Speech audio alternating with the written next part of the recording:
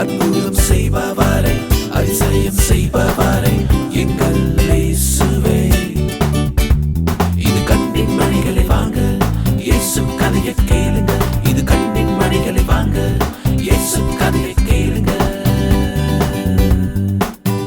ஒரு ஊர்ல சக்கேயுன்னு ஒருத்தர் இருந்தாரு. அவரு பெரிய பணக்காரர்.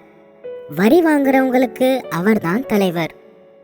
வரி வாங்குற பொறுப்புல இருக்கிறதுனால அரசாங்கம் சொல்ற வரியை விட ரொம்ப அதிகமா மக்கள் கிட்ட இருந்து வரி வாங்கினாரு. கஷ்டப்பட்ட ஏழை எளிய மக்களா இருந்தா கூட கவலைப்படாம அவங்க கிட்ட இருந்து ரொம்ப கடுமையா வரி வசூல் பண்ணுவாரு. இதனால மக்கள் யாருக்கும் அவரை பிடிக்காது. இப்படி இருக்கும்போது ஒரு நாள் இயேசு கிறிஸ்துவ பத்தி கேள்விப்பட்டு அவரை பார்க்கணும்னு அவரை தேடி போனாரு.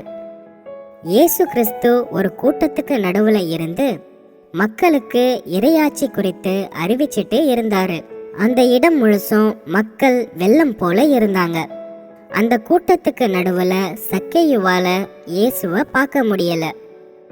ஏன்னா சக்கேயு ரொம்ப குள்ளமா இருந்தாரு. எவ்வளவோ முயற்சி பண்ணியும் இயேசுவை அவரால பார்க்க முடியல. அப்போ அவருக்கு ஒரு யோசனை வந்துச்சு. இயேசு போற பாதையை தெரிஞ்சுக்கிட்டு அவருக்கு முன்னாடி இவர் அந்த பாதைக்கு போய் அங்க இருந்த ஒரு அத்தி மரத்துல ஏறி உட்கார்ந்துக்கிட்டாரு. அப்படியாவது இயேசுவை பார்த்துடணும்னு ரொம்ப உறுதியா இருந்தாரு. அவர் நினைச்ச மாதிரியே இயேசுவும் அந்த பக்கமா வந்தாரு.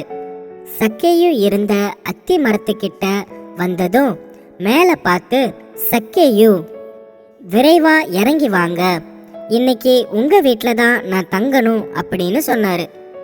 இத கேட்டதும் சக்கேயுவுக்கு சந்தோஷம் தாங்கல. உடனே மரத்துல இருந்து வேகமா இறங்கி வந்தாரு. எல்லாரும் சக்கேயு வீட்டுக்கு போனாங்க. என்ன இவரு பாவியோட வீட்டுக்கெல்லாம் போறாரே அப்படின்னு முணுமுணுத்துட்டு இருந்தாங்க. சக்கேயு தன்னோட வீட்டுக்கு வந்த இயேசுவுக்கு ரொம்ப பெரிய அளவுல விருந்து வச்சாரு. நாம எவ்வளவு பாவியா இருந்தாலும் நம்மள மனுஷனா நினைச்சு இயேசு நம்ம வீட்டுக்கு வந்திருக்காரு.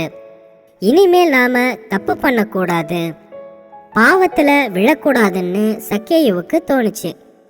உடனே அவர் இயேசு கிட்ட போய், ஆண்டவரே, என்னோட உடைமைகளில பாதிய ஏழைகளுக்கு கொடுத்துடுறேன். யார் மீதாச்சு பொய் குற்றம் சுமத்தி ஏதாவது கவர்ந்திருந்தா நான் அதை 4 மடங்கா திருப்பி கொடுத்துட்றேன் அப்படின்னு சொன்னதோடு இல்லாம யாரையெல்லாம் ஏமாத்தி வரி அப்படிங்கிற பேர்ல கொள்ளையடிச்சு வச்சிருந்தாரோ அது எல்லாத்தையுமே திருப்பி கொடுத்துட்டாரு. இத பார்த்த இயேசு, இன்னைக்கு இந்த வீட்டுக்கு மீட்பு உண்டாகிடுச்சு. ஏன்னா இவரும் ஆபிரகாமோட மகன்தான். இழந்து போனதை தேடி மீட்கவே மானிட மகன் வந்திருக்கார் அப்படின்னு சொன்னாரு. சக்கேயுவும் மனம் மாறி இயேசுவோட போதனைகள் படி வாழ ஆரம்பிச்சாரு.